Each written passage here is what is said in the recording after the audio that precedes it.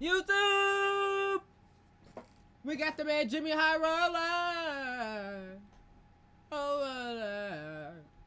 Jimmy High Roller with a video titled Luka is coming for revenge. What about Steph Curry is coming for revenge? Jimmy Butler coming for revenge. Buddy Buckets is coming for revenge. Man, y'all don't know, man. Y'all just don't know, man. It's okay. It's okay. It's okay that y'all don't know.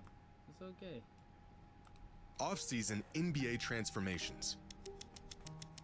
Off-season NBA transformations. As empty as they are inevitable. With every new season comes the barrage of new clips, videos, photos of players looking slimmer, players looking absolutely jacked, jump shots looking nicer, and fans getting hyped up on the idea of a new, improved version of their favorite player. Fool me once, shame on you. Fool me twice, shame on the guy who showed me photos of shredded James Harden. Luka Doncic, the latest member of this offseason tradition, recently going through a transformation of his own. He's lost weight, overhauled his diet, put down the basketball altogether to focus on getting in peak physical form. The same exact routine we have grown all too familiar with. But this transformation feels different. It feels personal.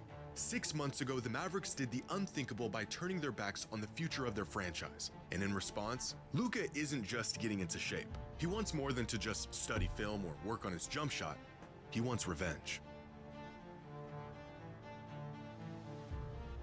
Said he's slow and Today's fat and video can't is play brought to you by defense. Current. Every dollar And said, racking up debt shout out and to Jimmy even High Roller for grinding, all of my these boy. over the last 3 months. In the cover story detailing the drastic transformation of Luka Doncic over the last 3 months. In the article, Luka talks about the sacrifices he's made to hopefully take his body and game to the next level. Details that include him beginning his off-season training program the day after the Lakers were eliminated from the playoffs, followed by months of fasting, a strict diet, more time to rest than any other point in his career, and even a 1-month stretch where he stopped playing basketball altogether to focus on weight training and other sports to get his mind and body off the court and focused on his overall fitness. And immediately following this news came the hype of Skinny Luka. Do you even recognize the person Skinny on the Luka. cover? Showing off his slimmer physique in the newest issue of Men's Health. But after a full summer of training and lots of protein, he's poised to take his game and the Lakers to another level. But we've seen this before, not just from other players, but from Luka himself, time and time and time again. So why would things be any different this time? Because I believe Luka's commitment to his health and conditioning over the last few months actually has little to do with his body and more to do with his mind. The real transformation here isn't in his weight or his conditioning, it's between his ears. For the last 6 months, Luka has been a ticking time bomb. His abilities as a leader were questioned, his work ethic and his drive were put up for debate in front of the whole world. The Mavericks traded Luka because they felt not only was he out of shape, but that he would never get into shape. They felt he wasn't taking his conditioning seriously, and his lack of discipline was essentially a death sentence to any hopes the Mavs had at ever winning a title with him leading their team. Comments that are just as wild today as they were at the time, and probably should have stayed in private, but from their perspective were legitimate concerns. In the following months, Dallas got AD, they landed with the #1 overall pick, which is suspicious, and they landed on Cooper Flag. A happy ending in Dallas considering their monstrosity of a decision. But the one thing Dallas forgot to factor into their grand plan, there is nothing Luka Doncic loves more than revenge. There at top of that, yeah. I was just gonna say, don't bring up that Sun series.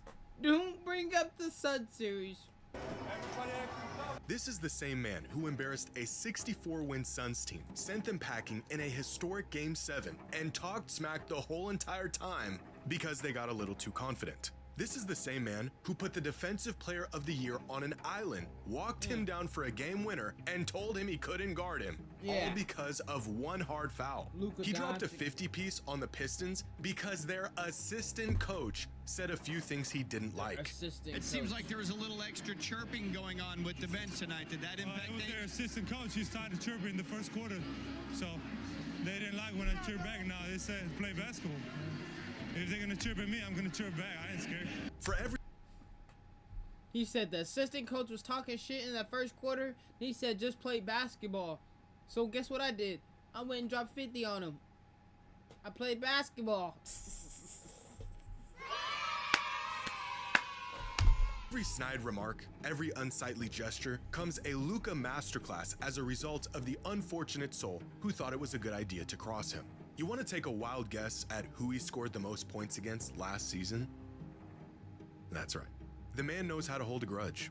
This, my friends, is not a coincidence. And neither is Luka getting into the best shape of his life this offseason. After 7 years in the NBA and refusing to take his health and conditioning seriously, Luka literally did exactly what the Mavs said he would never do and got into the best shape of his life purely out of spite. Which leads me to believe this is not your typical offseason transformation. This is a man who is out for revenge, and like the greats that came before him, is prepared to not just change his game, but change his entire approach on the game. Back in 2011, after losing to Dallas in the finals, LeBron James was at a crossroads in his career. He was definitively the best player in the world by this point. His game looked sharp, it looked complete, he was better than ever. And yet, something was still clearly missing, and it was in the following offseason where he found that missing piece. He sought training from Akeem Olajuwon to expand his post-game. He spent more time studying his decision-making on the court and finding ways to improve it. And of course, he transformed his body to handle the more inside-out game he would deploy in the following season. The transformation, although visible on the outside, was happening inside. How he saw the game, how he led his team, his resilience in tough moments, and the sacrifices he was willing to make in order to win. A transformation motivated by the shortcomings and criticism he had faced leading up to that point, and a shift in perspective that many all-time greats have had to face and overcome.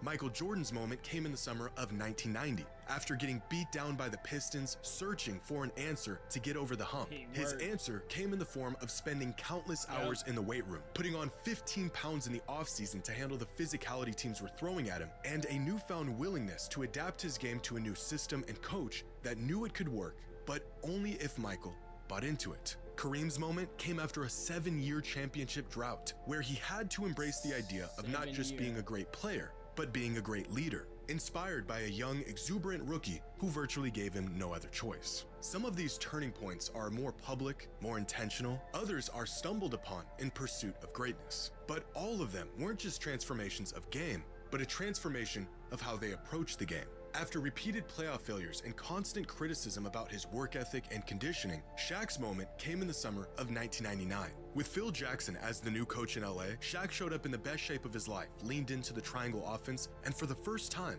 fully bought into not just dominating, but winning. The transformation was visible in his body, but the change that really mattered happened to his mind. For Kobe, his moment came at rock bottom, with the departure of Shaq and missing the playoffs entirely in 2005. In the years that followed, he began to reshape not just his body, but his identity as a leader. A transformation that brought upon a completely new era in Kobe's career. As Kobe said at the time, his number changed, but the real shift happened in his mindset. He learned how to elevate teammates rather I'm than a just whole new outscore player. opponents. A change that gave Kobe the tools to lead his team in ways that never quite showed up in the box score. All of these players, despite their game-breaking abilities and undeniable impact on the game, had to face the uncomfortable reality that if they wanted to win, something needed to change. A reality that Luka is facing at this moment in his career in more ways than one. Jokic, Giannis, Shea, Embiid, Tatum. What do all of these players have in common? They are all generational talents of the current NBA era, but they also share something else in common. All of these players have won at least one of these milestone awards through the first 8 seasons of their career. MVP, Finals MVP, and/or a championship. The only generational talent at the moment who hasn't is Luka. In fact, almost without exception, every all-time great modern player stamped their legacy with at least one of these benchmark. Wow, I didn't even realize that. That's crazy. Jokic, Giannis, SGA, Embiid, and Tatum all have at least an MVP, a Finals MVP, or a championship, and Luka don't even have none of them. And we could say Luka's is arguably better than some of these guys up here. achievements that separate great players from all-time great players by the end of their 8th season in the league, most of them with many of these awards. By this point, nearing about the halfway mark of a player's career, the truly transcendent players are well on their way to checking off these accomplishments. And in terms of talent, impact, and numbers, Luka should be in this class by now. That has not only been the expectation, but the trajectory he's been on for the past half-decade. But he has yet to achieve any of these accomplishments going into his 8th season in the league.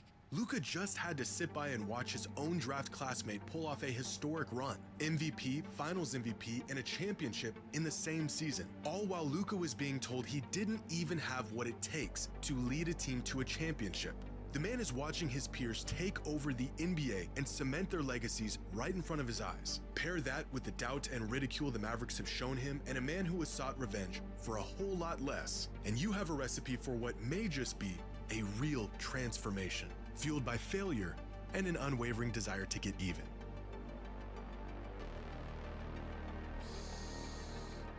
Y'all think Luka's gonna come back on a vengeance? Y'all let me know in the comments below.